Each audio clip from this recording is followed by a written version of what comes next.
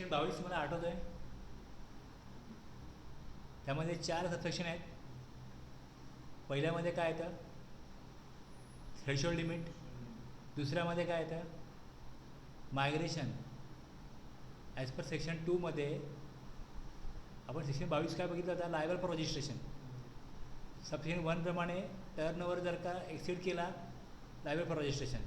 2 मध्ये जे existing law होते ते अपॉइंटेड डेला मायग्रेट केले गेले. मग तिसरं सबसेक्शनमध्ये काय होतं, ट्रान्सफर.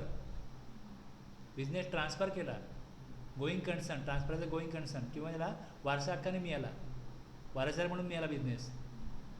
लायबल फॉर रजिस्ट्रेशन आणि अमलगमेशन डीमर्जर सबसेक्शन 4. तर एखादी कंपनी किंवा एखादी जास्त कंपनी अमलगमेंट झाल्या किंवा एखाद्या कंपनीचं डिव्हिजन झालं, डीमर्जर झालं, एकाहून जास्त कंपन्यांमध्ये ती कंपनी जर का डिवाईड केली गेली, तर मग प्रत्येक कंपनीला यूएससी नंबर घ्यायला लागेल, रजिस्ट्रेशन घ्यायला लागेल, लायबल फॉर रजिस्ट्रेशन. हे 4 त्यामध्ये सबसेक्शन होते.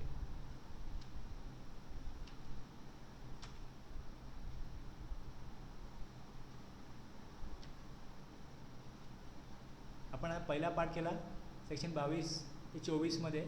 आपल्या सुविधेकरता, आपल्याला मेमराईज होण्याकरता 22 liable for registration, 23 not liable for registration, आणि 24 आपल्याला आज नवीन सुरू करायचं आहे, कंपल्सरी रजिस्ट्रेशन. त्यापूर्वी आपण 22 आणि 23मधला काही पाठ बघितला होता. 23मधला आपला काही पाठ बाकी. 22 आपला संपूर्ण संपलेला आहे. 23मधला आपण नोटिफिकेशनमुळे आपल्याला 22 करत असताना जे 40 लाख लिमिट कशा प्रकारे झालं आहे त्याकरता आपल्याला 23मध्ये जायला लागलं होतं. आणि 24 आपल्याला थोडंफार काय ना काय त्यातल्या पण गोष्टी बोलण्यात माझ्या आलेल्या आहेत की जर इंटरेस्ट अप्लाय केला तर रजिस्ट्रेशन घ्यायला लागतं ॲज पर सेक्शन 24. 22(1), 22(2), 22(3), 22(4).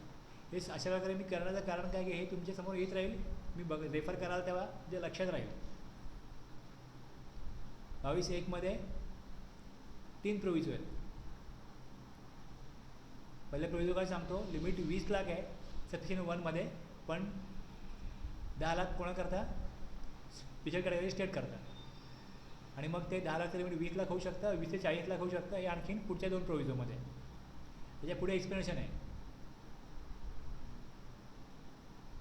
बरोबर आहे. मग पुढे section subsection 2, 3, 4 migration, transfer, amalgamation, demerger याची आहे. त्यानंतर 3 एक्सप्लेनेशन आहेत. त्याचा सेक्शन जो पहिला आहे त्यावर दिलं आहे ना की स्पेशल कॅटेगरी स्टेट्स कुठले, हे एक्सप्लेनेशन 3वर दिलं आहे की हे 7 सोडून बाकीचे काय असतील, स्पेशल कॅटेगरी स्टेट असतील. एक्सप्लेनेशन 1 मध्ये काय दिलं आहे, ॲग्रिगेट टर्नओव्हरमध्ये expression aggregate turnover shall include all supplies made by the taxable person whether on his own account or made on behalf of all his principal. प्रिन्सिपलचा सप्लाय करो स्वतःच्या वतीने की स्वतःचा करो, तो सगळा सप्लाय त्याच्या अकाउंटमध्ये घेतला जाईल. आणि दुसऱ्यामध्ये काय होतं, job worker. Job worker registered supplier असेल तर जॉब वर्करला तो जॉबवर एखाद्या त्यांनी करायला घेतलं आणि दुसऱ्याला ते पाठवायला सांगितलं तर तो त्याच्यात सप्लाय नाही, तो जो प्रिन्सिपल आहे त्याच्यात सप्लाय असेल, बरोबर आहे. आपण बघितलं सबसेक्शन 1 त्या खाली प्रोव्हिजो घेतला, 20 लाख लिमिट सबसेक्शन 1 मध्ये, 10 मध्ये प्रोव्हिजोमध्ये सांगितलं जातं स्पेशल कॅटेगरी स्टेट्सला लिमिट 10 लाख होईल. आणि एक्सप्लेनेशन 3 खाली घेतलं आपण की ज्यामध्ये 4 स्टेट असणार आहेत 10 लाखच्या लिमिटसाठी स्पेशल कॅटेगरी स्टेट्समध्ये. बाकीचे स्टेटनी 10 लाखाचं लिमिट नको म्हणून सांगितलं, त्यामुळे ते बाहेर गेले. 4 स्टेट आले. हे स्टेट एवढे आहेत, स्टेट आहेत, list of UT with legislator आहे आणि लिस्ट विदाउट लेजिस्लेटर UT असलेले 5 आहे.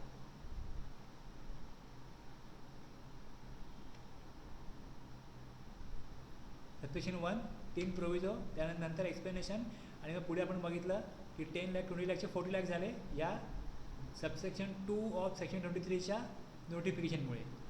कॅटेगरी ऑफ पर्सन डिक्लेअर करू ज्यांना रजिस्ट्रेशन घेण्याची गरज नाही, नॉट लायबल फॉर रजिस्ट्रेशन, हे त्यातनं सांगितलं गेलं होतं.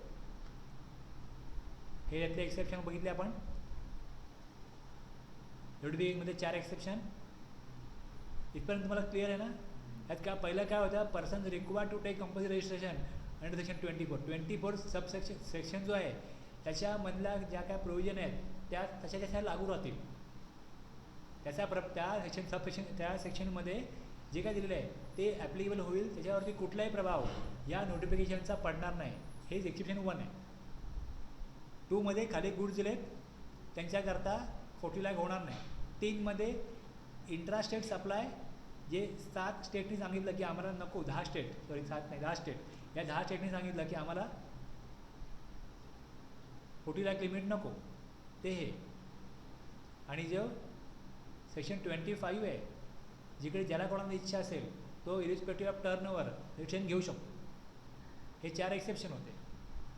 बाकीच्यांना 40 लाखचा गुड्ससाठी लिमिट ॲप्लिकेबल झालं. Exceed 40 lakhs.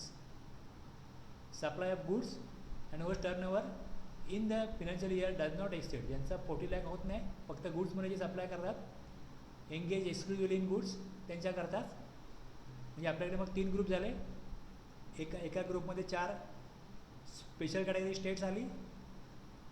ओके, ज्यांना 10 लाखाचं लिमिट गुड्ससाठी पण सर्व्हिसेससाठी पण. दुसऱ्यामध्ये 20 लाखाचं लिमिट गुड्ससाठी पण सर्व्हिससाठी पण. आणि तिसऱ्यामध्ये सर्व्हिसेससाठी 20 lakhs आणि गुड्ससाठी 40 lakhs. जर एक्सक्लुझिव्हली सप्लाय ऑफ गुड्स करत असेल तर त्यात पण ते जर का इंटरेस्टनी पैसे म्हणून देत असेल इंटरेस्ट किंवा डिस्काउंटमध्ये तर ते गुड्समध्येच कन्सिडर करा, ते सर्व्हिसमध्ये कन्सिडर करायचं नाही. हे आपल्याला एक्सप्लेनेशनने सांगितलेलं आहे. इथपर्यंत मागच्या वेळेला मी क्लिअर केलं होतं आणि आपण ॲग्रिगेट टर्नओव्हरची एक्झाम्पल बघितली होती आणि आपण ॲग्रिगेट टर्नओव्हर कशा प्रकारे कॅल्क्युलेट करायचा हे आपण त्याला समजून घेतलं होतं.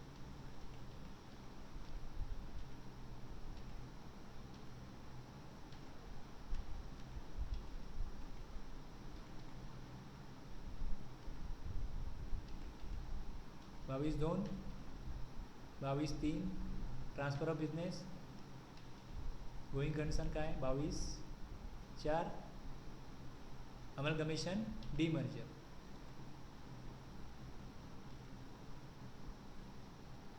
Explanation 1, explanation 2. 22 1, 22 2, 22 3, 22 4. तुझ्या लक्षात राहावं म्हणून मी असं परत त्यामध्ये मांडणी केली. अदरवाईज मला 100 स्लाईड लागल्या नसत्या 22 23 24साठी. मॅन्डेटरी कोणाकरता as per subsection 22(1) registration mandatory. Voluntary subsection 3 section 25, not required section 23. आणि irrespective of aggregate turnover section 22 2, 22 3, 22 4. आणि सेक्शन 24मध्ये पण दिलेलं आहे ॲग्रिगेट टर्नओव्हर बघू नका. म्हणजे सेक्शन 22ला सेक्शन 24 जे आहे हे ओव्हरराईड करतं.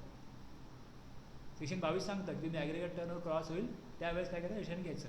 पण सेक्शन 24 सांगतो की तुम्ही जर राज्याबाहेर सप्लाय केला, तुम्ही जर सप्लाय तुम्हाला बघायचं आहे की तो इंट्रास्टेट बघायचा आहे की राज्यामध्ये तुम्ही जोपर्यंत सप्लाय करताय तोपर्यंत 20 लाख 10 लाख 20 लाख 40 लाख. राज्याबाहेर सप्लाय केला तर मात्र मग सेक्शन 24 लागतो. तिकडे सेक्शन 22(1)चा इफेक्ट होत नाही. 22(1)मध्ये विदिन स्टेट करा, तेव्हा चेक करा गुड्स आहे सर्व्हिस आहे 10 लाख आहे 20 लाख आहे 40 लाख आहे ते विदिन द स्टेट. राज्याबाहेर सप्लाय केला तर मग सेक्शन 24चा सबसेक्शन 1 तुम्हाला ॲप्लिकेबल होईल.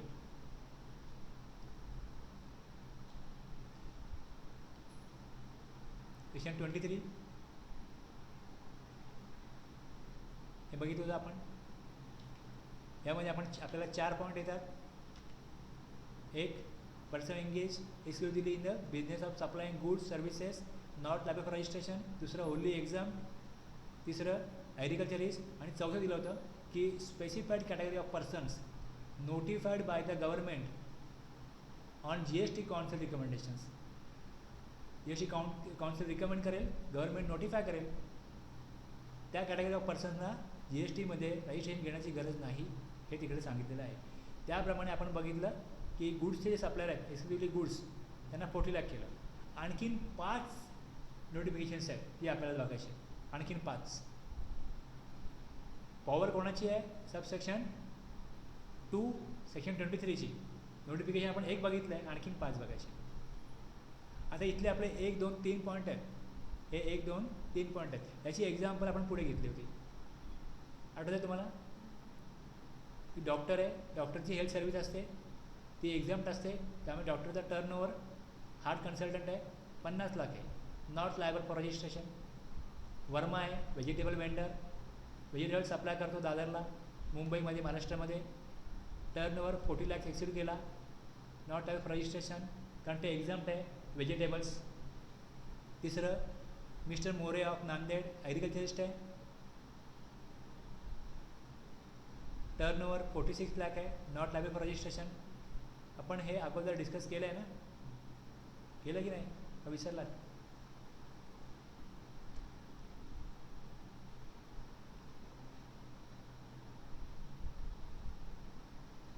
पेट्रोल सप्लाय करतो, नॉट लेवेबल टू GST. आणि मधुर ऑइलला not liable for registration as it is engage exclusively in supplying goods only exempt from tax. मग Bhavishya Jyoti foundation charitable trust आहे, हे सर्व्हिसेस सप्लाय करतात. Services by an entity register under section 12AA of the income tax act by way of charitable activities are exempt from GST. त्यामुळे त्यांना पण registration घेण्याची गरज नाही. तिसरं देशबंधू ॲग्रिकल्चरिस्ट आहे, एंगेज इन कल्टिवेशन ऑफ वीट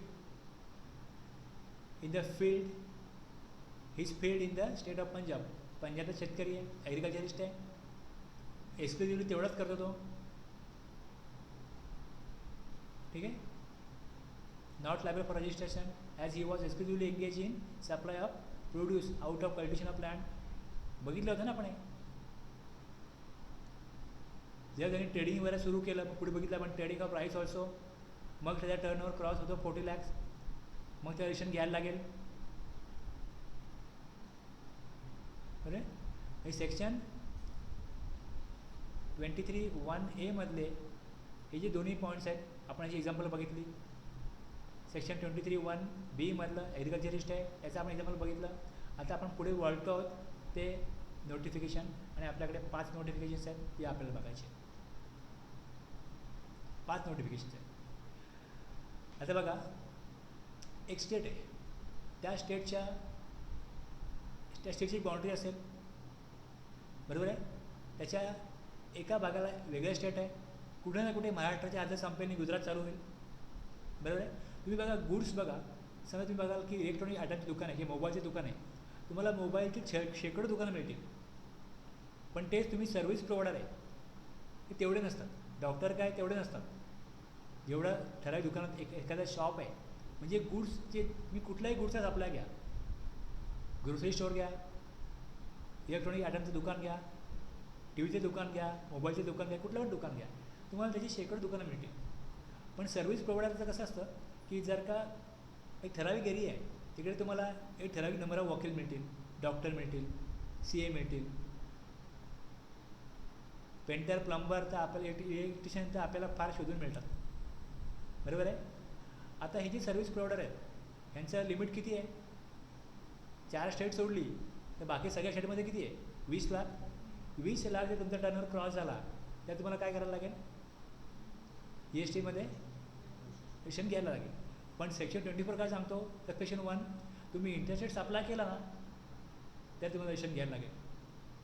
मग सर्व्हिस प्रोव्हायडर काय म्हणतो की आता ही जी तुमची हद्द आहे, तिकडनं तुमचं आणि माझा बिझनेसचं अंतर हे 10 मिनटाचं पण नाही, 5 मिनटाचं पण नाही, पण तुमचं स्टेट वेगळं आहे, आमचं स्टेट वेगळं आहे. जर मी सर्व्हिस प्रोव्हायडर आहे, मी जर तुमचं ऑडिट केलं किंवा मी जर तुम्हाला कन्सल्टन्सी सर्व्हिस दिली, तुम्ही मला पेमेंट केलं, तर मग ते इंटरस्टेट सप्लाय होईल आणि मला मग त्याच्यावरती सेक्शन 24 सबसेक्शन 1 प्रमाणे रजिस्ट्रेशन घेणं अनिवार्य होईल, कंपल्सरी होईल, मॅन्डेटरी होईल. मला नको तुमचं काम. म्हणजे एक प्रकारे काय झालं, काही बिझनेसेसला अशामुळे अडचणी यायला लागल्या, कारण ते सर्व्हिस प्रोव्हायडरचा जो बिझनेस वर्षाचा होता तो 5 लाख होता, 10 लाख होता, 15 लाख होता, आणि त्यांना 20 लाखाच्या जी त्यांचं थ्रेशोल्ड लिमिट आहे त्यापेक्षा कमी होता. छोटं स्टेट आहे, तिकडे 10 लाखाचं लिमिट आहे, छोटा सर्व्हिस प्रोव्हायडर आहे, तो बोलतो मी 7-8 लाख रुपये कमवतो, मी कुठे कॉम्प्लायन्सेस करत बसू या GSTच्या, मला नको रजिस्ट्रेशन, तुमचं काम नको मला, तुमचं काम मी करीन, मला 1000 रुपये मिळतील, नंबर घ्यायला लागेल, आणि मला इकडे मग वर्षाला खर्च होईल 30,000 रुपये GSTचे कॉम्प्लायन्स करण्यामध्ये, तुमचं मला काम नको. मग गव्हर्नमेंटने म्हणून काय केलं की जर कोण सर्व्हिस प्रोव्हायडर असेल, persons only engage in making taxable supplies, total tax on which is liable to be paid on reverse. हे नाही, मला पहिले एक दुसरं सांगितलं तुम्हाला. Persons making interstate supplies of taxable services.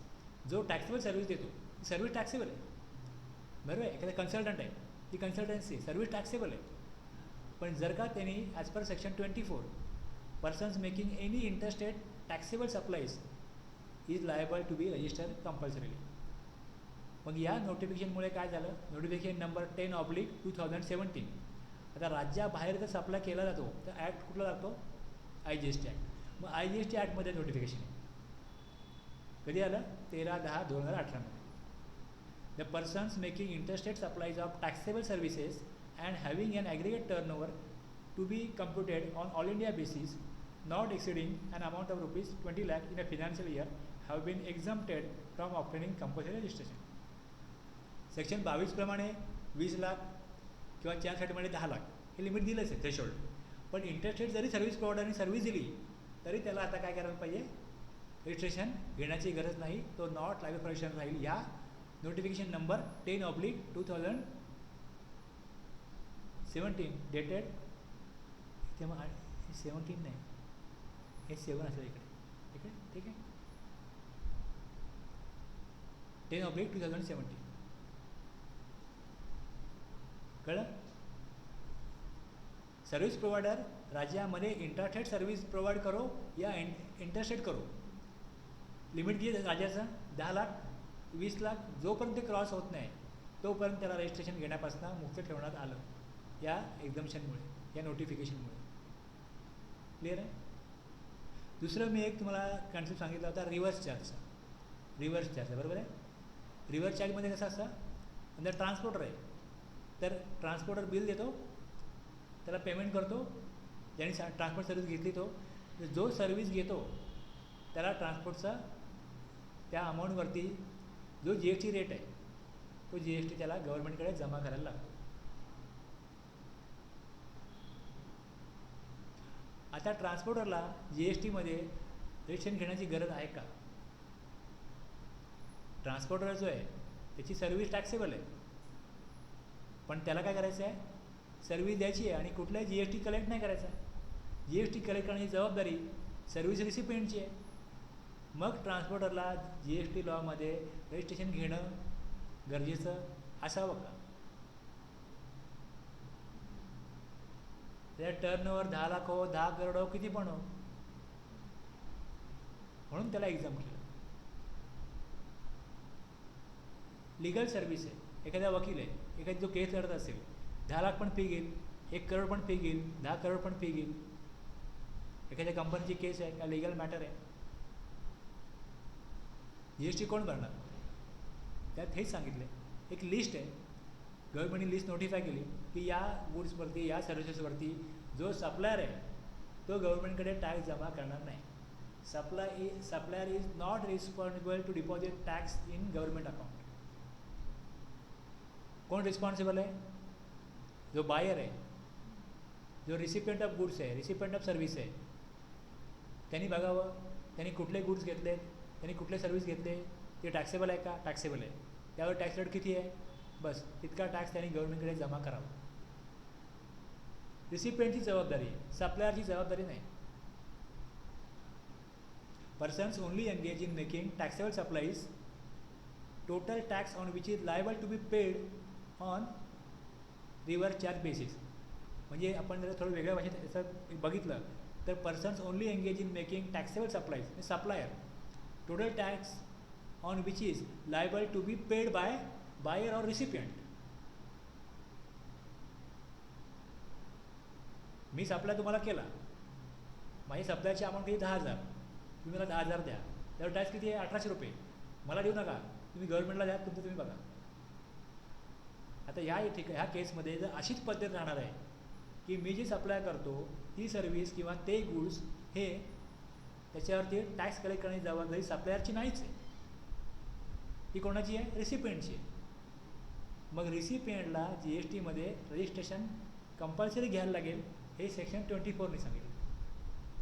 24मध्ये हा पण एक सबसेक्शन आहे की अशी जी लिस्ट आहे की ज्यामध्ये रिसिपियंटला टॅक्स जमा करण्याची जबाबदारी आहे. त्या रिसिपियंटचा जो सप्लाय आहे, जो बिझनेस आहे, त्याचा जो सप्लाय आहे तो एक्झाम जरी असला तरी पण त्यांना रजिस्ट्रेशन घ्यायला लागेल. त्यांना 23(1) प्रमाणे एक्झाम्शन मिळेल, पण 24 सांगतो तुम्ही RCMमध्ये तो सप्लाय तो तुम्ही घेता ना, की ज्यावर बायरनी GST भरायचा आहे तो सप्लाय तुम्ही घेता ना, मग घ्या रजिस्ट्रेशन, त्यांना रजिस्ट्रेशन घ्यायला लागेल. मग आता जो पर्सन आहे जो त्याला टॅक्सेबल सप्लाय तो करतोय, ज्यावर टॅक्स आहे, पण तो टॅक्स टोटल टॅक्स गव्हर्नमेंटला पेड करण्याची जबाबदारी ही जर बायरची आहे, रिसिपियंटची आहे, तर मग सप्लायरला काय केलं, नॉट लायबल फॉर रजिस्ट्रेशन, त्याला एक्झाम केलं. 5/2017 डेटेड, हे GST लागू होण्यापूर्वीच हे नोटिफिकेशन आहे. ओके, अगोदर ठरलं गव्हर्नमेंटचं की यांना आपण बाहेरच ठेवायचं. Money current transporters is a goods transport agency GTA engage exclusively in supplying GTA services liable to tax under reverse charge. Since tax is payable on GTA services at 5% in the given case, it is exempt from registration as it is engaged exclusively in making supplies, tax on which is liable to be paid on reverse charge basis. आता हा जो मनी current transporter आहे हा supply कोणाला करतो, Diwakar manufacturing private लिमिटेडला. आता Diwakar manufacturing private limited whose aggregate turnover does not exceed the applicable threshold limit, त्यांचा टर्नओव्हर जे काय 20 लाख 40 लाख लिमिट यावरती जात नाही. Since Divakar manufacturing private limited has to pay tax on GTA service at 5% under reverse charge, it is required to obtain registration mandatorily irrespective of its turnover aggregate turn. जेव्हा turnover cross होईल, aggregate limit exceed करेल, त्यावेळेस त्यांना registration घ्यायला पाहिजे ना. ते exceed नाही करत आहे, त्या केसमध्ये पण त्यांना रजिस्ट्रेशन घ्यायला लागेल.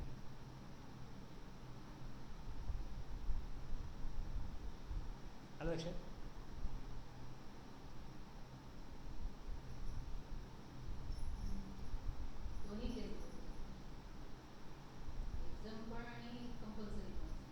आता समजा मी बोलताना बोललो एक्झाम.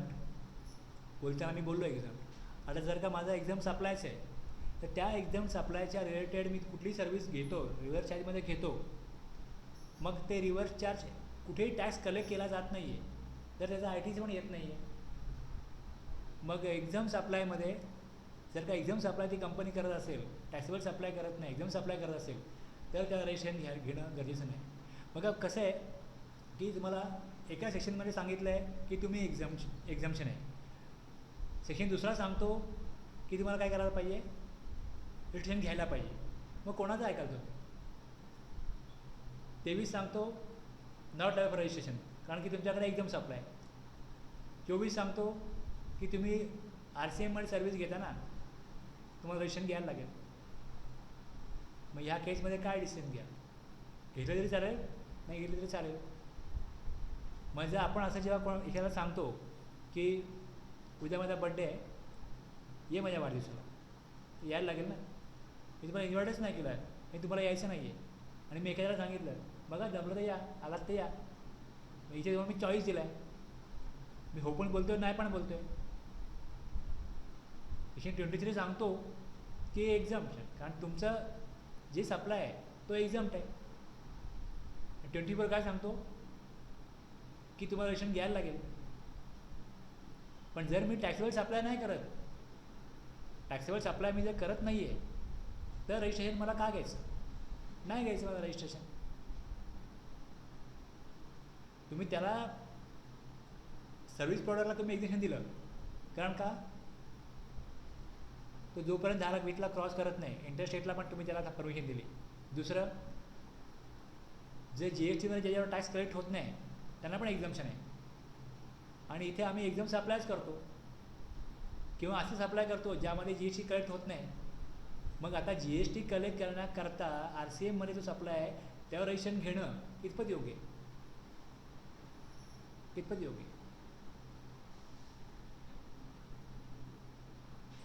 जर एक्झाम सप्लाय ती कंपनी करत असेल आणि ते जर का ॲग्रिकल्चर जी कडे सर्व्हिस घेत असतील आणि GTAवरती रिव्हर्स चार्जवरती सर्व्हिस आहे, तर त्या केसमध्ये त्यांना रजिस्ट्रेशन घेण्याची गरज नाही असं मला वाटतं. मी तुम्हाला कन्फर्म करून सांगेन. पण जर टॅक्सेबल सप्लाय होतो आहे आणि असा टॅक्सेबल सप्लाय ज्यावेळेस ॲग्रिगेट टर्नओव्हर एक्सिड करेल त्यावेळेस त्याला सेक्शन 22 सबसेक्शन 1 ॲप्लिकेबल होईल.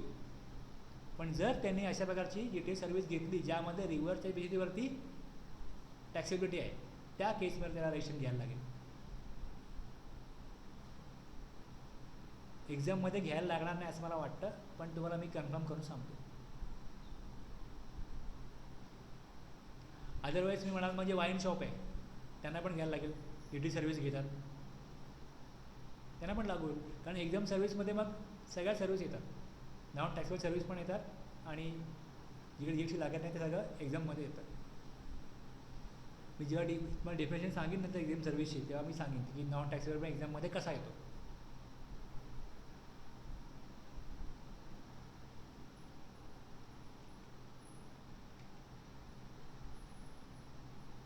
Persons making interstate taxable supplies of notified handicraft goods. Notified handicraft goods up to ₹20 lakh. आता बघा नॉर्मली इंट्रास्टेटमध्ये लिमिट आहे 10 लाख 20 लाख. सर्व्हिस प्रोव्हायडरला एक्झाम केलं बरोबर आहे. आता गुड्स प्रोव्हायडर जे आहेत ते त्याच्यामध्ये काही गुड्स प्रोव्हायडर असे आहेत की ज्यांचा टर्नओव्हर फार काय नाही आहे पण ते राज्याबाहेर सप्लाय करतात. जसं आता हस्तशिल्प हाताने काय केलेल्या वस्तू आहेत अशा त्यांच्या टर्नओव्हर फार काय नसतो पण ते थोडं राज्याबाहेर सप्लाय करतात. मग त्यांच्याकरता हे एक लिस्ट दिलेली आहे, नोटिफिकेशनमध्ये लिस्ट दिलेली आहे, HSN वाईज लिस्ट आहे. तर तो HSN मला प्रॉडक्ट जर का सप्लाय करत असेल ते handicraft goods, notified handicraft goods शब्द महत्त्वाचा आहे. नोटिफाईड जे नोटिफाय केलेत तेच. The following cases, persons making interstate supplies of goods have been exempted from obtaining registration. Persons making interstate taxable supplies of notified handicraft goods, persons making interstate taxable supplies of notified products. Handicraft goods हाती बनवून जातात. आणखीन काय product आहेत when made by craftsmen predominantly by hand, even though some machinery may also be used in the process. काही goods notify केलेत जे handicraft goods आहेत, काही प्रोडक्ट आहेत ती थोडीफार मशिनरी वापरून केली जातात पण बाकी मी बघाल तर मेनली ते हातीच काम होतं. अशा प्रॉडक्टकरता इंटरस्टेट सप्लाय जरी केला तरी जे लिमिट आहे त्या स्टेटचं 10 लाख 20 लाख ते जोपर्यंत एक्सिड करत नाही तोपर्यंत ते इंटरस्टेट सप्लाय त्या गुड्सचा करू शकतात. नोटिफाईड हँडीक्राफ्ट गुड्सचा इंटरस्टेट सप्लाय होऊ शकतो. सर्व्हिस प्रोव्हायडरला त्यांनी काय केलं आहे एक्झाम्प्टच केलं आहे सगळ्या सर्व्हिसला लिमिट नाही कुठल्या सर्व्हिसेस, पण गुड्सला नोटिफाईड गुड्स फक्त आहेत जे यादीमध्ये आहेत, जे लिस्टमध्ये आहेत त्या नोटिफिकेशनच्या तेवढ्याच गुड्ससाठी हे एक्झाम्पशन आहे, एक्झाम्पशन फ्रॉम ऑब्टेनिंग रजिस्ट्रेशन. पण त्याला त्यांनी कंडिशन दिल्या आहेत, 2 कंडिशन दिलेल्या आहेत. एक condition, the aggregate value of such supplies to be computed on all India basis does not exceed 20 lakh. आपण जसं राज्यामध्ये फक्त 10 लाख 20 लाख तसं इथे ऑल इंडिया बेसिसमध्ये 20 लाख. आणि जर तुम्ही या 4 स्टेटमध्ये सप्लाय केला तर मग 10 लाख बघायचं. Such persons have obtained a pan card, त्यांना पॅन नंबर घ्यायला लागेल आणि मग त्यांना ई-वे बिल जनरेट करायला लागेल. बस ई-वे बिल जनरेट करा, पॅन घ्या, पॅनच्या बेसवर त्यांना ई-वे बिल जनरेट करता येईल. आणि जोपर्यंत ते ऑल इंडिया बेसिसवरती 10 लाख किंवा 20 लाख टर्नओव्हर क्रॉस करत नाहीत तोपर्यंत त्यांना नोटिफाईड टॅक्सेबल गुड्सचा सप्लाय करता येईल आणि ते नॉट लायबल फॉर रजिस्ट्रेशन या कॅटेगरीमध्ये येतील. त्यांना एक्झाम्पशन मिळेल फ्रॉम ऑब्टेनिंग रजिस्ट्रेशन. हे कोण होते, कोणी पर्सन जे नोटिफाईड हँडीक्राफ्ट गुड्सचा सप्लाय करतात. सो आपल्या राज्यामध्ये करा, राज्याबाहेर करा, लिमिट जी दिली आहे ते जोपर्यंत एक्सिड होत नाही तोपर्यंत एक्झाम्पशन मिळेल रजिस्ट्रेशन घेण्यापासून. क्लिअर झालं. आणखीन एक याच प्रकार एक्झाम्पल बघू पहिले आपण. एक्झाम्पल नंबर 15 आहे ICAIच्या CA एंटरच्या कोर्स मटेरियलमधलं. Ariza private limited located in Madhya Pradesh is a supplier of taxable and notified handicraft goods. Notified handicraft goods आहेत यावरती टॅक्स पण लागतो. It supplies these goods in the neighbouring state. Uttar Pradesh आणि ओरिसामध्ये ते सप्लाय करतात. Its aggregate turnover in the month of April is ₹15 lakh. Although Ariza Private Limited is engaged in making interstate, and interstate supply केला taxable goods, it is not liable to obtain registration till its aggregate turnover does not exceed ₹20 lakhs, as it has availed the exemption from registration under notification number 3/2018 IT. Okay. पण त्याने त्या conditions ज्या आहेत त्या fulfil केल्या पाहिजे, हे लक्षात घ्या. कंडिशन्स फुलफिल केल्या पाहिजे, हे महत्त्वाचं आहे.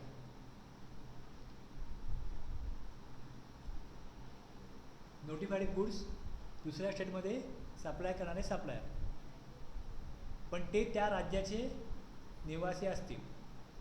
बरोबर आहे.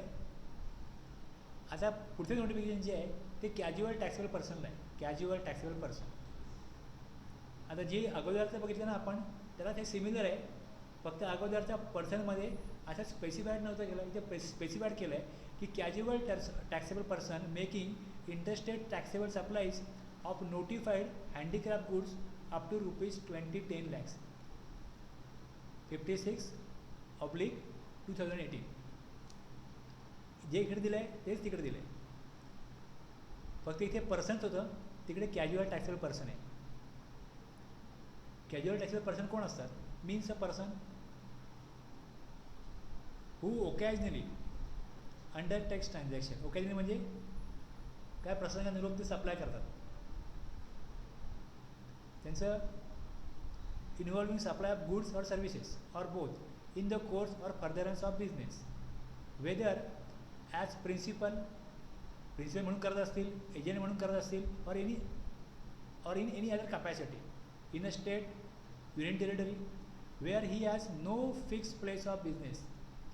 त्या युनियन टेरिटरीमध्ये किंवा स्टेटमध्ये असा कोण पर्सन आहे जो ओकॅजनली सप्लाय करतो in the course or furtherance of business, principal म्हणून, एजंट म्हणून किंवा in any other capacity, but he has no fix place of business. त्याच्या बिझनेसचा काय खास असं स्पेसिफिक ठिकाणं नाही.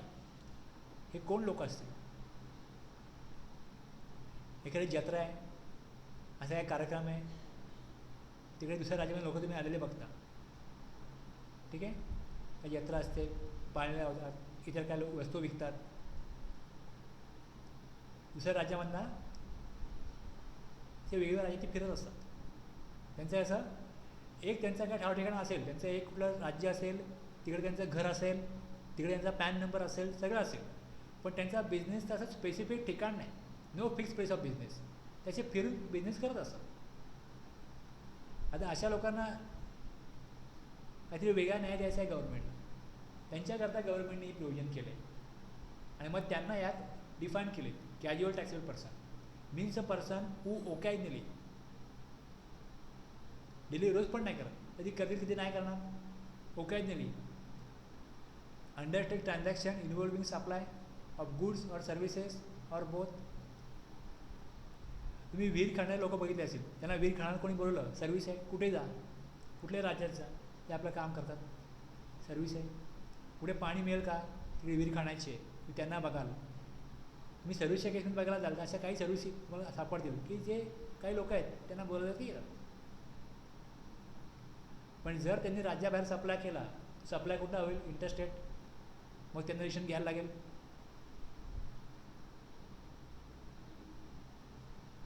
कॅज्युअल टॅक्सेबल पर्सनमध्ये जर ते बसत असतील, त्या डेफिनेशनमध्ये येत असतील, तर त्यांनी इंटरस्टेट सप्लाय केला, इंटरस्टेट टॅक्सेबल सप्लाय केला, supplies of notified handicraft goods up to ₹2010 lakhs.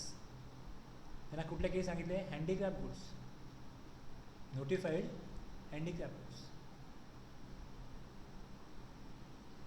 Casual taxable पर्सनला पण रजिस्ट्रेशन कंपल्सरी आहे, त्यांना पण रजिस्ट्रेशन कंपल्सरी आहे. तुम्ही कुठली सर्व्हिस द्या, कुठलेही गुड्स द्या, सेक्शन 24 त्यांना रजिस्ट्रेशन कंपल्सरी आहे. पण जर त्यांनी हँडीक्राफ्ट गुड्सचा सप्लाय करत असतील ते, तर त्यांना एक्झम्पशन आहे.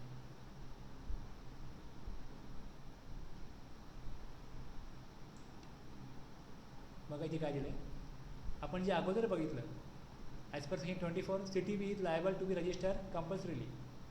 छोटं सर्व्हिस द्या, काही द्या, as per section 24 registration compulsory आहे. Under GST irrespective of the threshold limit. However following categories of CTP कुठले, following categories have been exempted from obtaining registration. एक, CTP is making interstate taxable supplies of notified handicraft goods as referred in previous notification number 3. Okay, आपल्या लिस्टमधलं तिसरं notification, CTP is making interstate taxable supplies of notified products as referred in previous notification number 3 when made by the craftsman predominantly by hand, even though some machinery may also be used in the process. Conditions, CTPs are availing benefit of notification number 3/2018 IT dated, त्यांना तो benefit मिळेल. The aggregate value of, त्यांना पण 10 लाख 20 लाख जोपर्यंत cross होत नाही तोपर्यंत त्यांना काय होईल, ते एक्झम्पशन लागू राहील. पण त्यांना पॅन आणि generation of and E-way bill हे मात्र गरजेचं असेल. 3 आणि 4मध्ये काही फरक नाही आहे. 3मध्ये जे बेनिफिट दिले आहेत ते सगळे बेनिफिट 4मध्ये पण CTPला मिळतील. CTP means casual taxable person.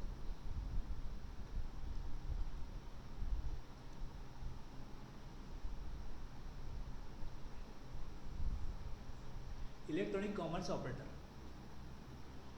ECOचा long form आहे electronic commerce operator. Notification number 5 ECOसाठी आहे. Persons making supplies of services through and ECO. तुम्ही बघता ओला उबेर आहे, ओला उबेरचं त्याच्यावर GST लागतो.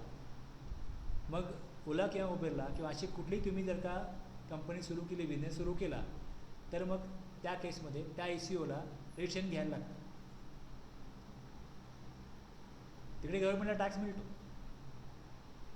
पण अशा ECO थ्रू किंवा मी बघाल की ॲमेझॉन, फ्लिपकार्ट असे बरेच ECO आहेत ना, स्नॅपडील, त्या ECO थ्रू जर कोण बिझनेस करत असेल तर त्याला रजिस्ट्रेशन घ्यायला पाहिजे असं सेक्शन 24मध्ये.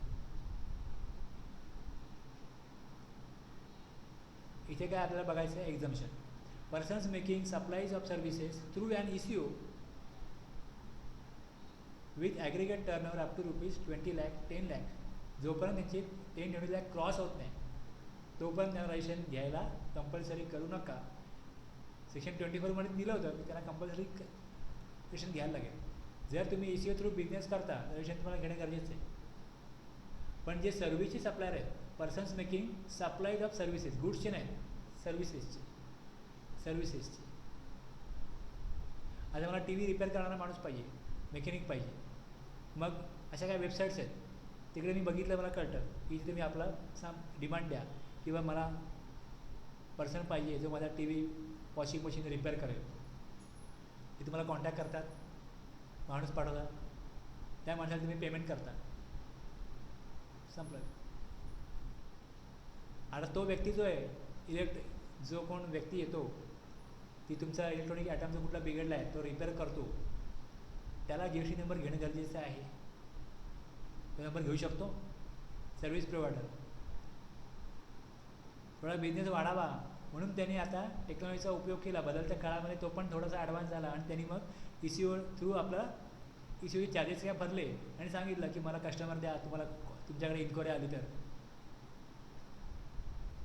त्यांनी काही स्कीम ठेवली की छोटे मोठे असे जे सर्व्हिस प्रोव्हायडर आहेत त्यांना सांगितलं की तुम्हाला आम्ही एक वर्षाला तुम्ही आम्हाला एक फीस द्या, 1000-2000, तुम्हाला आम्ही कस्टमर देऊ, किंवा तुम्हाला जे पैसे मिळतील त्यात तुम्ही आम्हाला कमिशन द्या. पण त्या व्यक्तीला जो छोटा अशा प्रकारे सर्व्हिस देतो, इलेक्ट्रिशियन म्हणा, अशा प्रकारे TV फ्रीज रिपेअर करणारे लोक आहेत म्हणा, यांना रजिस्ट्रेशन करणं आणि GSTचा कॉम्प्लायन्स करणं परवडणार नाही. त्यांना हे एक्झम्पशन आहे. Persons making supplies of services through and ECO. आपण जेव्हा सेक्शन 9(5) बघू ना, की एवढं दिलं आहे की other than supply specified under section 9 subsection 5. तिकडे काय सेक्शन 9 सबसेक्शन 5मध्ये हे सांगितलं आहे की जे ECO थ्रू काय सर्व्हिस देत असतील त्याच्या रजिस्ट्रेशन संदर्भातला जो सेक्शन आहे तो 9(5) मध्ये. तो आपण जेव्हा बघू तेव्हा तुम्हाला हे जास्त क्लिअर होईल. आता ह्याचं हे तुम्ही वाचूच नका, हे सोडून द्या. आता मला गडबड होईल. Other than supply specified under section 9 subsection 5. Persons making supplies of services through an ECO, जोपर्यंत ते आपला राज्याचा UTचा जो काय टर्नओव्हर लिमिट ते क्रॉस करत नाही 10 आणि 20 लाख, तोपर्यंत आरक्षण घेण्याची गरज नाही. Persons making supplies of services through an ECO who is required to collect tax, हे 9(5) साठीच आहे. And having an aggregate turnover not exceed 20 lakh 10 lakh या 4 स्टेटसाठी in a financial year have been exempted from obtaining compulsory registration. जिकडे हा शब्द आला ना, ऑब्टेनिंग रजिस्ट्रेशन कंपल्सरी, आपल्याला माहिती आहे की टर्नओव्हर कमी आहे, मग 22 एक लागूच होत नाही. 22 लागू होत नाही, मग लागू काय होतं, 24 लागू होतं. 24मध्ये यादीच आहे कंपल्सरी रजिस्ट्रेशनची, मग त्या 24मधनं आहे ना सोडवायचे, म्हणून 23 आलं, हे नोटिफिकेशन आलं, हे एक्झाम्शन त्याला मिळालं. आपण पहिले बघितलं की जेवढे सर्व्हिस प्रोव्हायडर आहेत बघा, जेवढे सर्व्हिस प्रोव्हायडर आहेत, all service providers whether supplying intrastate, interstate or through ECO will be exempt from obtaining registration. बघितलं ना, इंट्रास्टेट, इंटरस्टेट आणि आता परत काय बघितलं, ECO will be exempt from obtaining registration. तुम्ही राज्यामध्ये सर्व्हिस द्या, राज्याबाहेर सर्व्हिस द्या, ECO थ्रू सर्व्हिस द्या, एक्झाम्शन तोपर्यंत मिळेल जोपर्यंत तुमचा ॲग्रिगेट टर्नओव्हर 20 लाख 10 लाख त्या स्टेटमध्ये क्रॉस होत नाही, तोपर्यंत तुम्हाला एक्झाम्शन मिळेल. क्लिअर झालं. 5 बघितलं आपण एक्झाम्शन. पहिलं काय होतं, RCM बेसिसवरचं, जर टोटल टॅक्स हा RCMवरनंच पे होणार आहे तर मग सप्लायरला रजिस्ट्रेशन घेण्याची गरज नाही, सर्व्हिस प्रोव्हायडरला रजिस्ट्रेशन घेण्याची गरज नाही. Notified goods casual taxable person, आणि आता आपण बघितलं ECO थ्रू सर्व्हिस दिली तर रजिस्ट्रेशन घेण्याची गरज नाही. क्लिअर आहे. सेक्शन 23 कळला, 23(1)(a) कळला, 23(1)(b) कळला. सेक्शन 23(2) एक गुडसाठी 40 लाखाचं नोटिफिकेशन आहे, ते आपण पहिले 22च्या कनेक्टिव्हिटीमध्ये बघितलं होतं, आणि आत्ता आपण ही 5 नोटिफिकेशन्स बघितली, 5 एक्झाम्शन्स बघितले.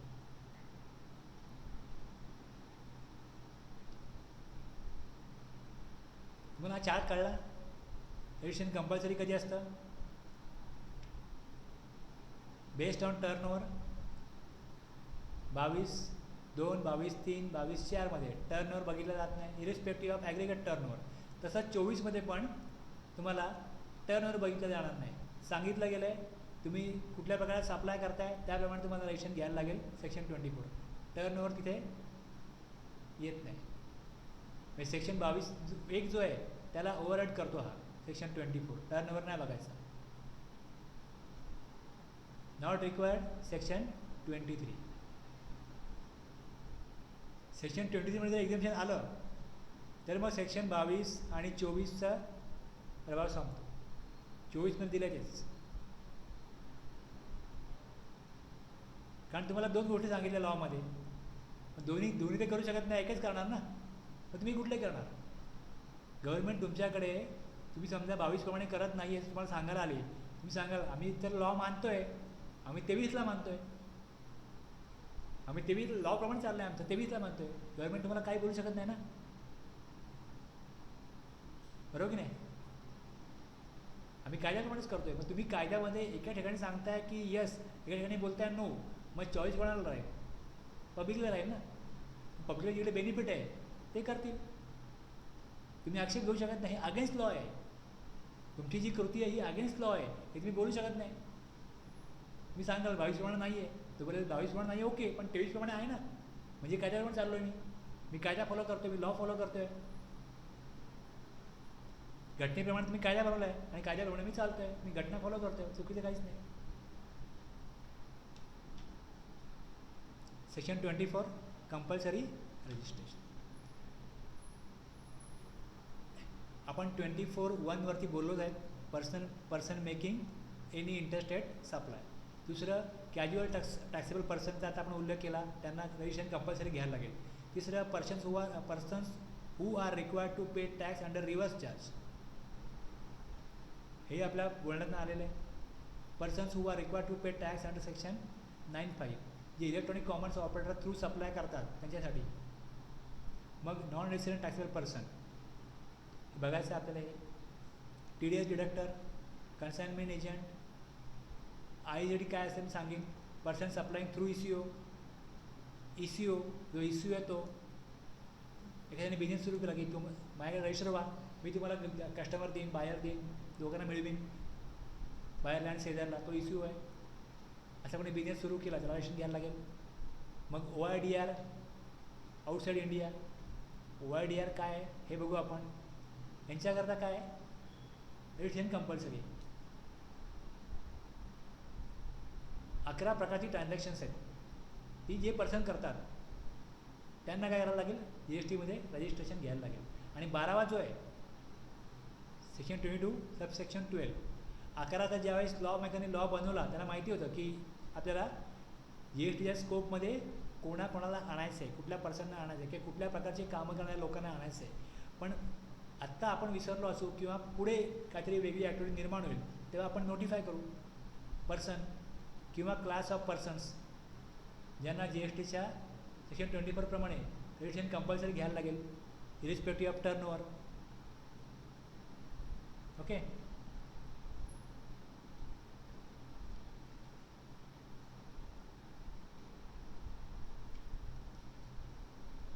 आता आपण जेव्हा बघायला गेलो की north standing anything contain in subsection 1 of section 22. Section 22 मध्ये काही सांगितलं आहे, जे काय सांगितलं आहे ते 22 पुरतं आहे. आता 22ला विसरून जा. Okay. Categories of person, following categories of person म्हणजे कोण कोण, TP, CTP, NRTP, OIDR, TDS, TCS, ISD.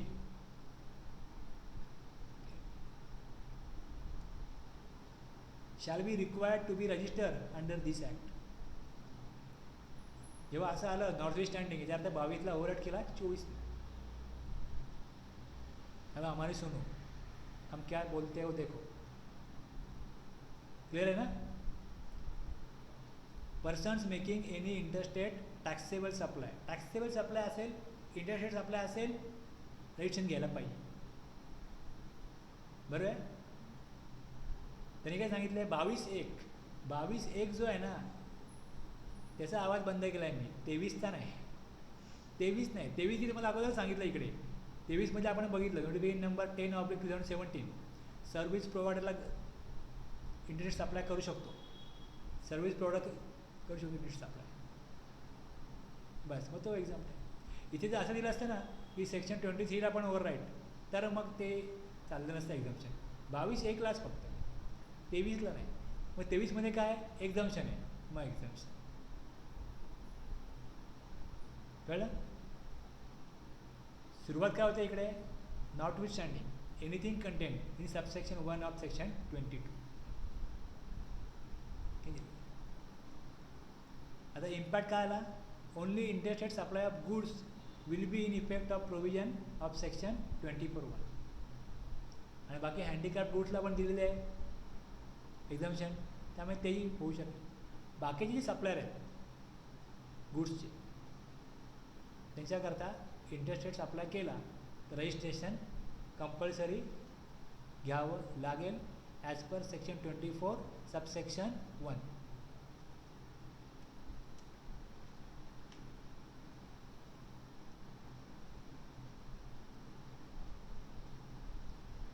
सर्व्हिसचं एक्झाम्पशन आहे. दुसरं आपण बघितलं आहे हँडीक्राफ्ट गुड्सचं एक्झाम्पशन, त्याच्या कंडिशन्स याचं एक्झाम्पल आता इथं. Person making any interstate taxable supply. Mister Date Vasai started business in Maharashtra. His turnover 5 lakh. पण जसं त्यांनी महाराष्ट्रामधनं वापी गुजरातला सप्लाय केला त्यांना सेक्शन 24(1) ॲप्लिकेबल झाला, त्यांना रजिस्ट्रेशन घ्यायला लागणार.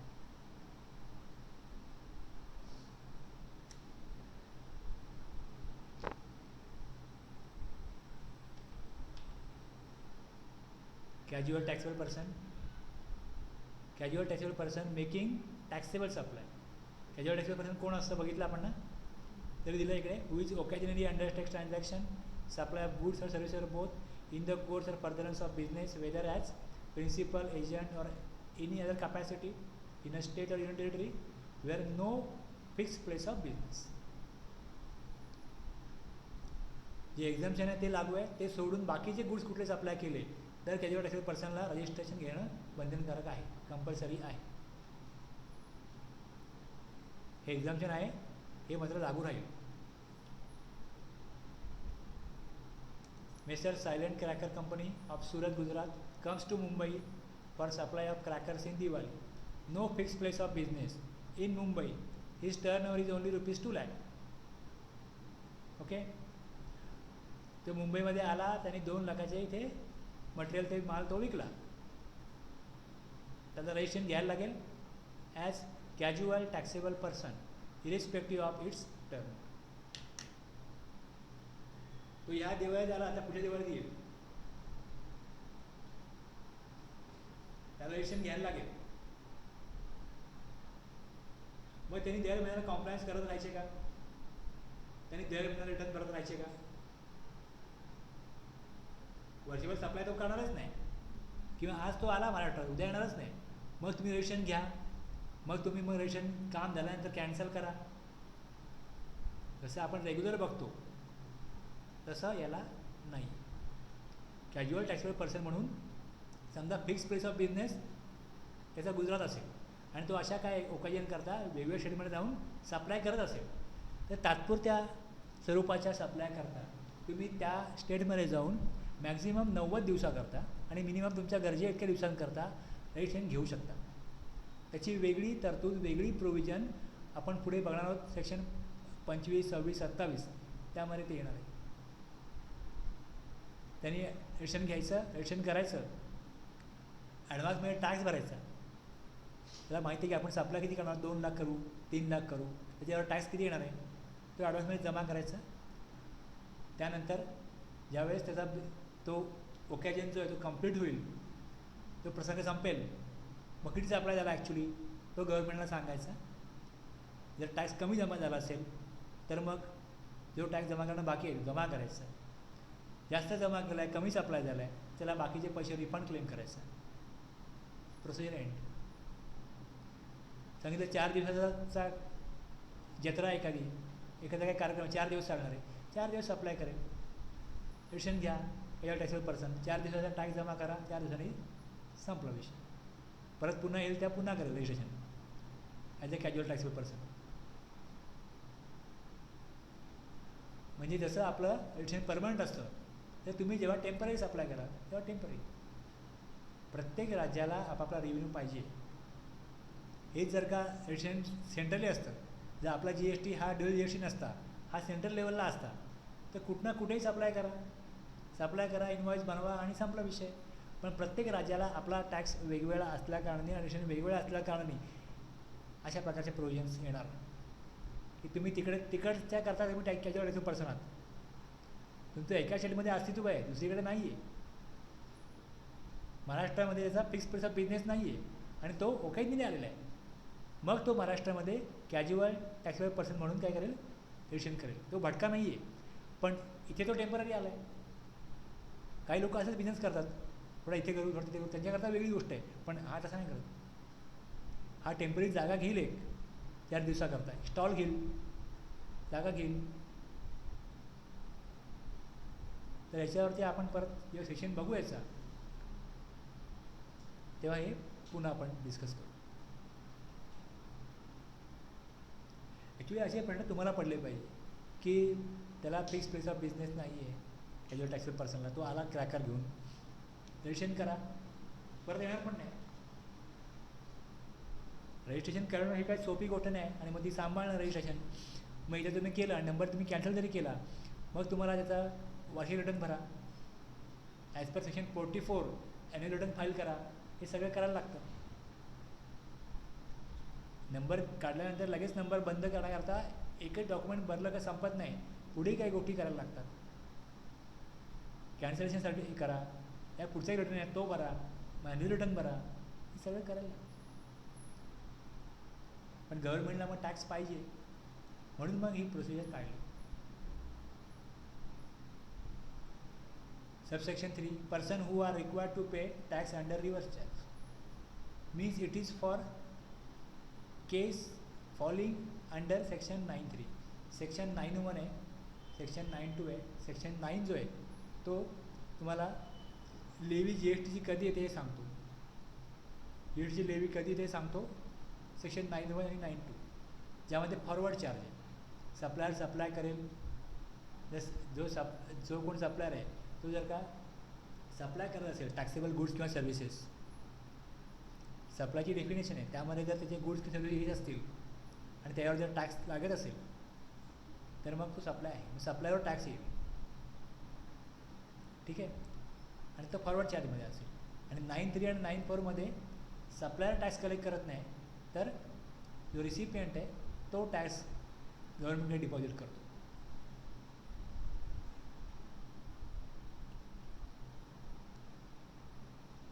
Notified goods means it is for case falling under section 9 subsection 3 किंवा IGST मध्ये राज्यभर सप्लाय करत असेल तर मग IGST ॲक्ट लागतो. त्यामध्ये मग 5 subsection 3 आहे of IGST act, where recipient has to pay the tax under RCM basis. जर तुला RCM बेसिसवर टॅक्स भरायला लागेल, मग त्याचा टर्नओव्हर 22(1) प्रमाणे 10 किंवा 20 लाख किंवा 40 लाख क्रॉस करत नाही आहे, पण त्याला रजिस्ट्रेशन घ्यायला लागेल, कारण तो अशी गुड्स किंवा सर्व्हिसेस घेतो त्याच्यामध्ये RCM बेसिसवरती टॅक्स द्यायचा आहे. Persons who are required to pay tax under section 9(5). E commerce operator through service चाललेली आहे बघा. पर्सन सप्लायर आहे, हा ओला आहे, ओला थ्रू सर्व्हिस दिली जाते अशा प्रकारे आहे. इथे ओला जो आहे तो टॅक्स कलेक्ट करतो, ह्याला टॅक्स भरण्याची जबाबदारी नाही आहे सेक्शन 9(5) प्रमाणे.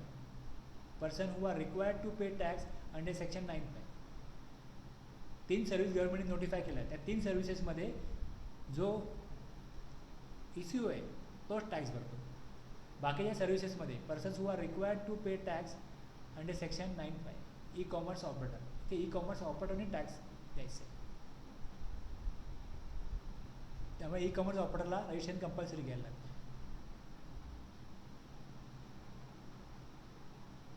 Non resident taxable person, non resident taxable person making taxable supply as per section 2 clause 77. Non resident taxable person means any person who occasionally undertakes transactions involving supply of goods or services or both. आता casual taxable प्रमाणेच ही definition आहे, फक्त शेवटचा शब्द आहे ना, शेवटचे 2-3 शब्द वेगळे आहेत. Whether as principal, agent or any other capacity but who has no fix place of business or residence in India. असं इंडियामध्ये पण रेसिडेन्स नाही. कॅज्युअल टॅक्सेबल पर्सनचं इंडियामध्ये रेसिडेन्स कुठेतरी आहे, पण NRTP नॉन रेसिडेंट टॅक्सेबल पर्सनचं इंडियामध्ये कुठेही रेसिडेन्स नाही.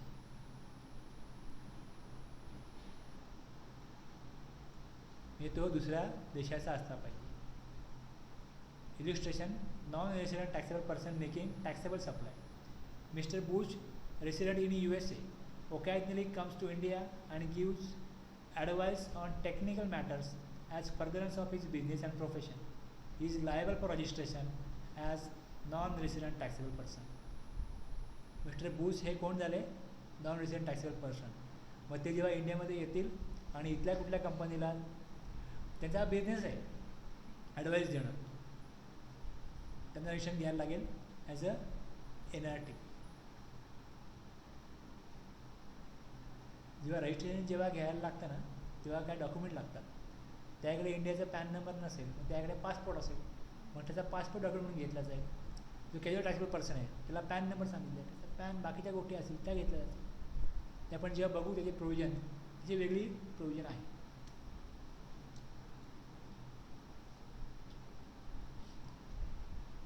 एक सेक्शन आपल्याकडे 51 आहे, section 51. Categories of person are required to deduct tax from the payment made or credited to the supplier in respect of taxable goods or services 1% or both at 1% on payment to supplier of goods or services in excess of जर 2.5 लाखाच्या वरती बघा department और establishment of central government आहे. तुम्ही गव्हर्नमेंटचा contract घेता, local authority, नगरपालिका, नगर निगम, महानगरपालिका, कंटोन्मेंट बोर्ड असे वेगवेगळे शब्द आहेत लोकल अथॉरिटीला, किंवा अ डिपार्टमेंट और establishment of the state government, governmental agencies यांच्यासाठी ही प्रोव्हिजन आहे. जर नगरपालिकेने कॉन्ट्रॅक्ट दिलं एखादं आणि त्या कॉन्ट्रॅक्टला नगरपालिका पेमेंट करते जी 2.5 लाखाच्या वरती आहे, तर 1% जो आहे त्या पेमेंटमधनं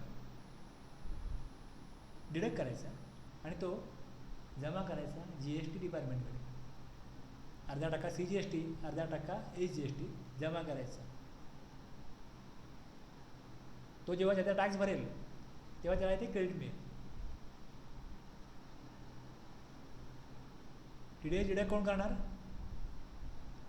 डिपार्टमेंट और establishment of the central government. मग सेंट्रल गव्हर्नमेंटच्या त्या डिपार्टमेंटला GST मध्ये रजिस्ट्रेशन कंपल्सरी घ्यायला लागेल for the purpose of deduction of 0.5% CGST, 0.5% SGST. आता पोस्ट ऑफिस आहे बघा, पोस्टाचं रजिस्ट्रेशन आहे GST मध्ये, बरोबर आहे. डिपार्टमेंट एस्टॅब्लिश केलं ना गव्हर्नमेंटनी, पोस्ट ऑफिस गव्हर्नमेंटचं आहे ना, येस ऑर नो.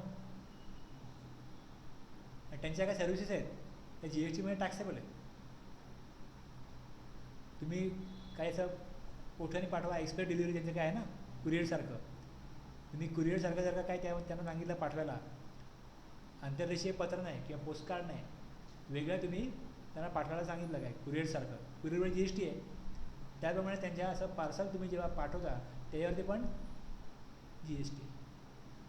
पण जर का त्या डिपार्टमेंटनी असं कुठलं 2.5 लाखाचं पेमेंट कोणाला केलं, सप्लायरला, सप्लायर गुड्सचा असो किंवा सर्व्हिसेसचा असो, त्यांना जर पेमेंट केलं आणि जी 2.5 लाखाच्या वरती आहे, तर त्यांना त्या सप्लायरला पेमेंट करताना त्याचा 1% GST डिडक्ट करायचा आहे आणि त्याकरता त्यांना रजिस्ट्रेशन सेपरेट घ्यायला लागेल.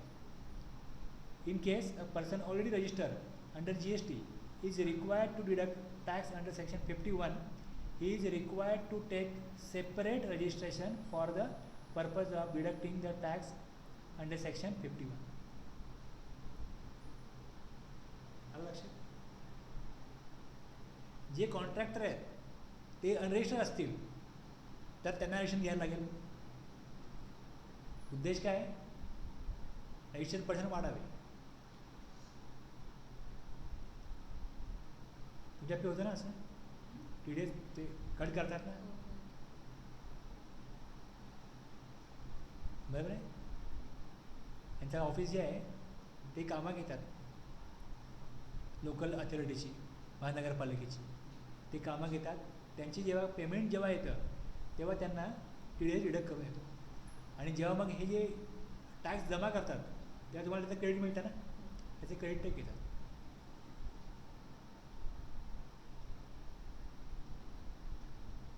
अशा कुठल्या गोष्टी तुम्हाला जर लागू होत असतील तुम्ही बोलत जा, म्हणजे काय होतं बाकी 2 माणसांना कळतं यार असं आपल्या बाबतीत होत आहे. म्हणजे फक्त प्रोव्हिजन नाही आहे, प्रॅक्टिकली ॲप्लिकेबल आहे. क्लिअर आहे. Consignment agent person who makes taxable supply of goods or services or both on behalf of other taxable person whether as an agent or otherwise. Consignment agent आहे. Agent define केलं आहे clause 5 मध्ये subsection 2 मध्ये.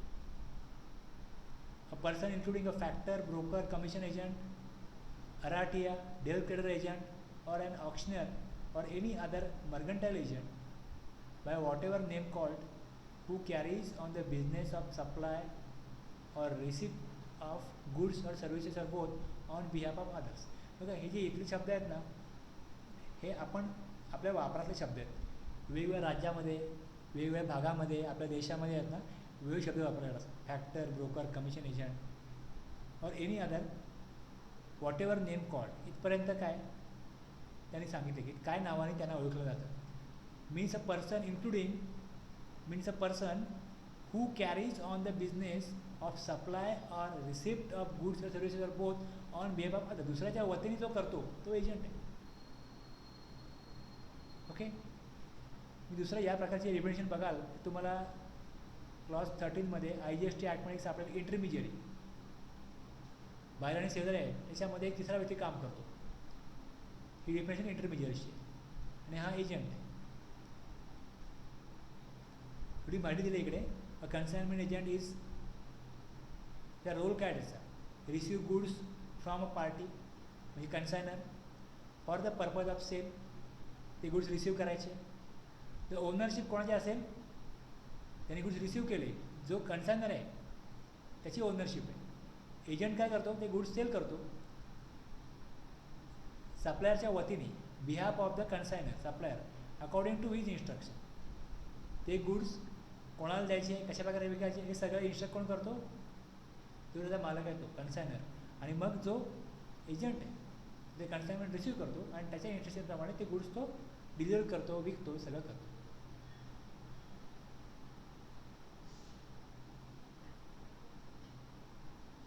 तर असे जे consignment agent आहेत त्यांना या सबसेक्शनप्रमाणे रजिस्ट्रेशन कंपल्सरी घेणं गरजेचं आहे.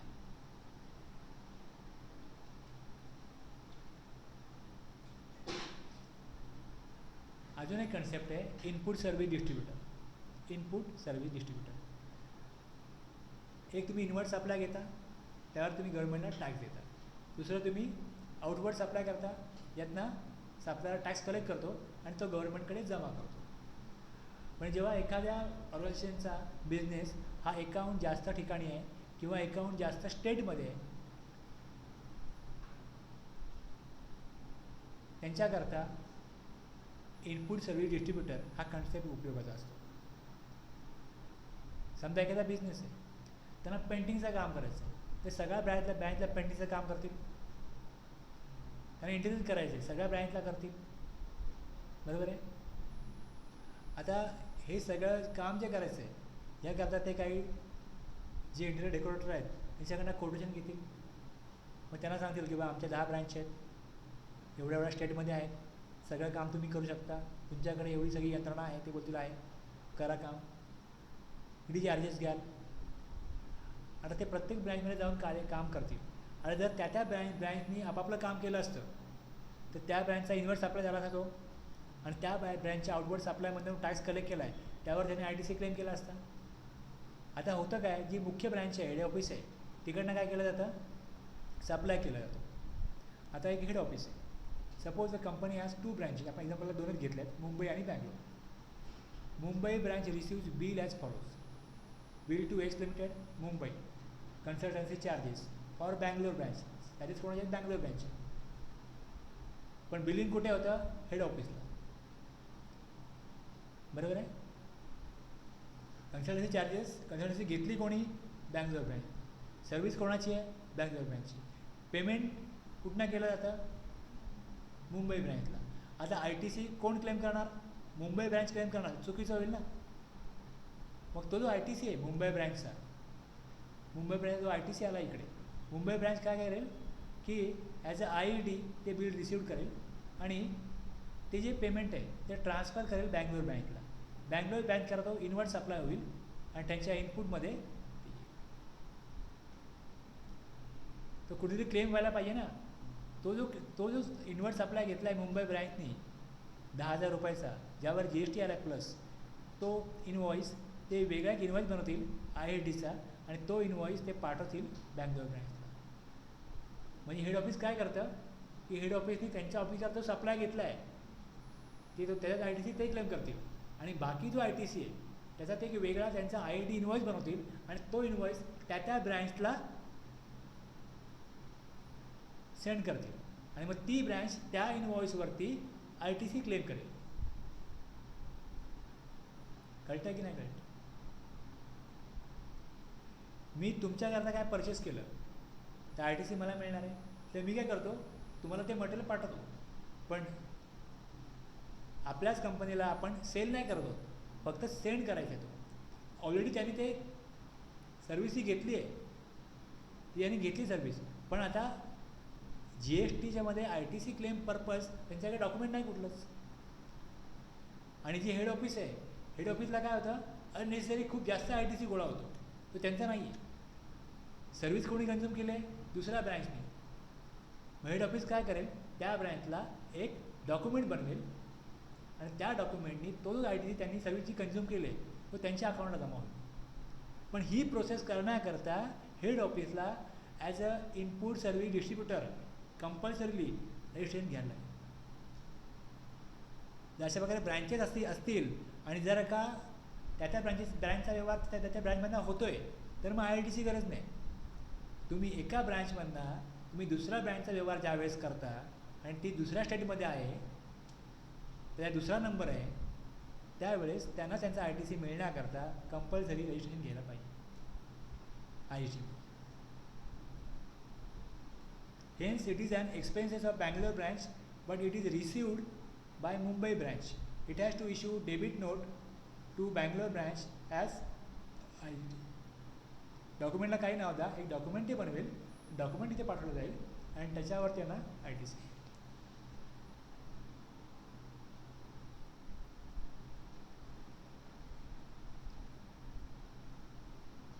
Person supplying through ECU. बरोबर आहे. Persons who supply goods or services or both other than supplies specified under section 9(5) through such electronic commerce operator who is required to collect tax at source under section 52. E-commerce operators are required to collect 1% TCS while making payment to supplier under GST. आता कसं होतं बघा की Amazon किंवा फ्लिपकार्टवरती समजा मी त्यांना सांगितलं की माझे गुड्स तुम्ही सेल करा, तर हे जे सर्व्हिस जे ECU आहेत ना हे काय करतात, सपोज 10,000चं मला पेमेंट आलं, 10,000चं मला पेमेंट यायचं, तर 10,000 त्यात त्यांचं कमिशन आहे ते कट करून जर ते मला माझं पेमेंट माझ्या अकाउंटला पाठवत असतील तर त्या केसमध्ये त्यांना गव्हर्नमेंटने सांगितलं आहे की तुम्ही 1% TCS कट करा, 1% TCS कट करा. कळलं काय? तुम्हाला स्विगी माहिती आहे? स्विगी माझ्याकडे व्यापाराचं मी एक काम करतो GSTचं. तर स्विगीने त्याला सांगितलं की आम्हाला काय ऑर्डर आली ना तर आम्ही तुमच्याकडनं मटेरियल नेऊ, तुम्ही मटेरियल द्यायचं आम्हाला. स्विगी तो सप्लायर त्याकडे गेला नव्हता स्विगीकडे, पण स्विगीने त्याला सांगितलं की आम्हाला काय ऑर्डर आली तर आम्हाला ऑर्डर ऑनलाईन येते, मग आम्ही तुमच्याकडनं मटेरियल नेऊ. त्याकडनं तो मटेरियल नेतो, त्याला पेमेंट करतो, पण त्याला पेमेंट करताना ना त्याचा 1% TCS कट करतो, कारण तो ECU आहे स्विगी, त्याला कंपल्सरी आहे. हे तुम्ही तुमच्या थ्रू जर कोणी सर्व्हिस ॲक्च्युली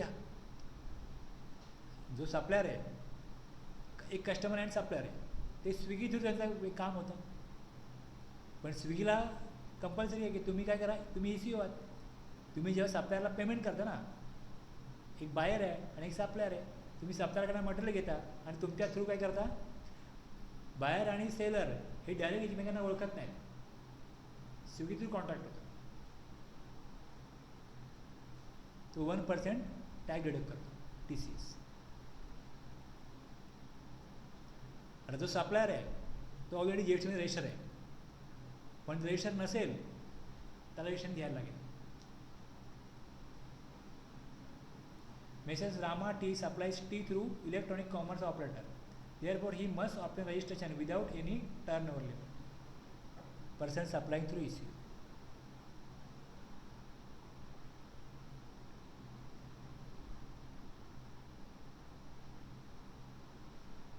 सर्व्हिसेसला बघितलं आपण एक्झाम्पशन आहे, हे गुड्ससाठी आठवत आहे ना.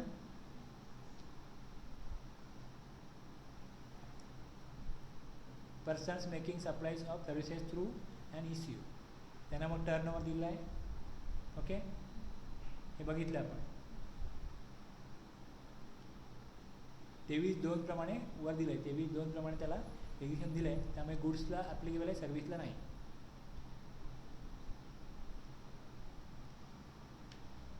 दोन उरले, एक ECO every electronic commerce operator. यात काय सांगणार आहे काही नाही, इलेक्ट्रॉनिक कॉमर्स ऑपरेटर आहे त्याला GST रजिस्ट्रेशन घ्यायलाच लागेल. OIDR आता आपल्याकडे नेटफ्लिक्स वगैरे वापरलं जातं ना, आणि कुठला तुम्ही बघत असाल वेब सिरीज किंवा काय. आणखीन लोक ॲडव्हर्टाईज बघतात इंटरनेटवरती, काय वेबसाईट्स आहेत. क्लाउड सर्व्हिसेस आपण घेतो, म्हणजे ना क्लाउड सर्व्हिसेस. तुमचा डेटा तुमच्या कम्प्युटरमध्ये नसेल, डेटा तुम्ही वेबसाईट ओपन कराल, डेटा ॲक्सेस करू शकाल, मग log in I D password द्यायचा आहे. पण डेटा कुठे आहे? डेटा इंडियाच्या बाहेर असेल. तुम्ही क्लाउड सर्व्हिस घेता, डेटा इंडियाच्या बाहेर असेल, मग ते तुम्हाला कसा वापरायला जातं. तर आपण बघतो की आपण गुगलवरती आपण डेटा ठेवतो ना, किती चार्जेस आहेत आपल्याला? अप टू 15 GB फ्री आहे. ते क्लाउड सर्व्हिस आहे ना, त्याच्यावरती चार्जेस गेले गुगलला आपल्याला पेमेंट करायला लागतं. क्लाउड सर्व्हिसेस तुम्हाला तुमचे डॉक्युमेंट ठेवण्याकरता स्पेस मिळतो, हे सॉफ्टवेअर मिळतात, त्यात तुम्ही काय करता, तुमच्या कम्प्युटरमध्ये डेटा सेव्ह नाही करता. ब्राउझर काढा, ॲड्रेस टाका, लॉग इन करा, डेटा वापरा, काम तुमचं अशा प्रकारे चालतं. E-books, movies, music, software and other intangible through telecommunication network or internet providing data or information. हे सगळं आपण आता करतो ना, online supplies of digital contents, movies, television shows, music, digital data storage, online gaming, हे सगळे लोक करतात ना. तर याला म्हणतात online information and database access or retrieval services. Means services whose delivery is mediated by information technology over the internet or an electronic network, and the nature of which renders their supply essentially automated and involving minimal human intervention and impossible to ensure in the absence of information technology, and includes electronic services such as, या हे सगळं याच्या through चालतं, आणि ते includes, हे सगळं include होतं. या सर्व्हिसेस जे प्रोव्हाइड करतात ते online information and database access or retrieval सर्व्हिसेसमध्ये येतात. Every person supplying online information and database access or retrieval services from a place outside India to a person in India other than a registered person. आता Netflix कोण वापरतो? Registered person वापरत नाही ना, आपण unregistered person आहोत. Music, e book कोण वापरतो? Unregistered person. मग असे आउटसाईड इंडियामधले सर्व्हिस प्रोव्हायडर जे आहेत त्यांना GST लॉच्या, आपल्या GST या आपल्या सेक्शनच्या या सबसेक्शनमुळे रजिस्ट्रेशन घेणं कंपल्सरी झालं. त्यांच्याकडनं गव्हर्नमेंट टॅक्स कलेक्ट करू शकतं.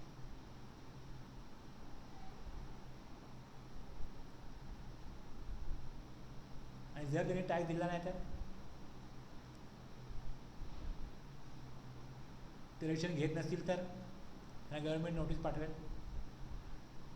तरी ऐकलं नाही तर वेबसाईट ब्लॉक करू शकतो, त्यांची सर्व्हिस ब्लॉक करू शकतो.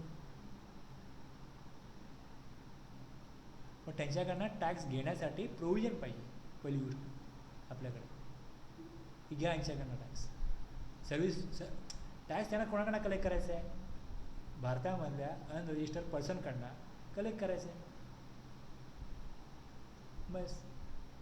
तुम्ही जेव्हा नेटफ्लिक्सला काय फीज द्याल, नेटफ्लिक्स भारतामध्ये रजिस्टर असो नसो, भारतामधलं असं नसो, जर आउटसाईड इंडियामधनं अशा कोण सर्व्हिस देत असतील तर त्यांच्याकडनं काय घेतलं जाईल? जे चार्जेस भारतामधला माणूस त्यांना पे करेल त्यात त्यांना GST घ्यायला लागेल. तुम्ही तो त्यात इन्क्लुडिंग GST घ्या, सेपरेट GST घ्या, पण आम्हाला टॅक्स द्या. इंडियन गव्हर्नमेंटला टॅक्स मिळेल. कळलं? आणि 12 मध्ये काय दिलं आहे? पर्सन और class of person as may be notified by the government on the recommendation of the council. आत्तापर्यंत तरी माझ्या माहितीप्रमाणे काही सर्व्हिस नोटिफाय केलेलं नाही आहे. ओके, नोटिफाय करू शकतात आणखीन कोणाला. आता आपण काय बघितलं? 24/1 इंटरस्टेट सप्लाय, 24/2 मध्ये कॅज्युअल टॅक्सेबल पर्सन, 24/3 मध्ये RCM मध्ये जर टॅक्स पे करायचा आहे तर सेक्शन 24/4 मध्ये ECO through, non resident taxable person, TDS deductor, consignment agent, ISD, person supplying through ECO, जे गुड्स सप्लाय करतात ECO थ्रू ते ECO स्वतः, आणि मग ORDR आउटसाईड इंडिया, आणि मग नोटिफाईड जेव्हा गव्हर्नमेंट करेल तेव्हा नोटिफाईड पर्सन किंवा क्लास ऑफ पर्सन येते.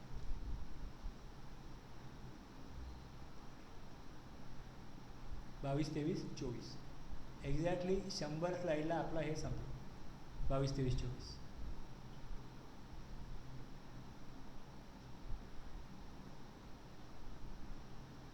क्लिअर झालं रजिस्ट्रेशनचा. 22, 23, 24 थांबूया.